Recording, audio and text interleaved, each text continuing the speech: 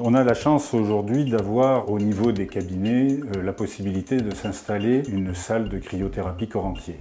C'est quelque chose qui nous fait pas mal avancer en fait dans tout ce qui est physiothérapie.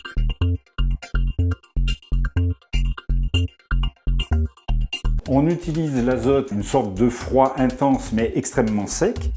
L'azote là nous permet de travailler globalement et d'amplifier les effets avec une provocation d'un choc thermique. Ce choc thermique, la personne va le subir en rentrant dans la cabine de cryothérapie. Il rentre avec la tête qui reste à l'extérieur de la cabine, il subit un froid intense à moins 130, moins 160, il garde une certaine mobilité à l'intérieur de la cabine, et au bout de 1 à 3 minutes, on fait ressortir la personne qui va à ce moment-là avoir une phase de retour au calme, de repos, puis on revoit la personne en thérapeutique pour profiter de l'effet du grand froid et faire notre rééducation sur différents domaines.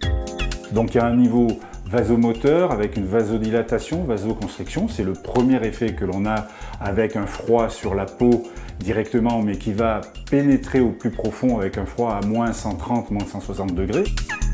Après, on a un effet de neuroconduction et on a aussi un effet biochimique avec le grand froid qui va permettre de déclencher des phénomènes hormonaux tout à fait intéressants. Ce sont des réactions biologiques tout à fait naturelles et avec comme effet un effet antalgique, un effet anti-inflammatoire et un effet anti-hémorragique.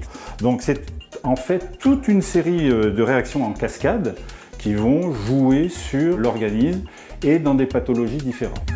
On peut avoir des problèmes en neurologie avec les scléroses en plaques par exemple ou les fibromyalgies. La rhumatologie, on a plutôt des effets sur l'inflammation, l'arthrose, les spondylarthrites ankylosantes qui sont des gros domaines d'application qui nous concernent énormément dans les cabinets.